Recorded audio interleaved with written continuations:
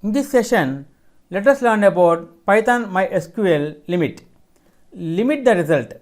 You can limit the number of records to return from the query by using the limit statement.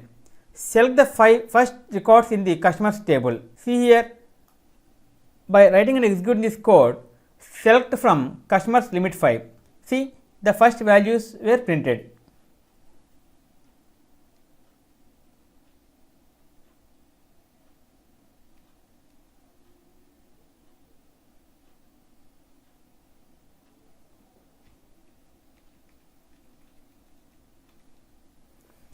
Start from another position.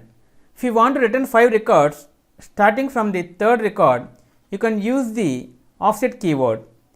See, start from position 3 and return 5 records. See here,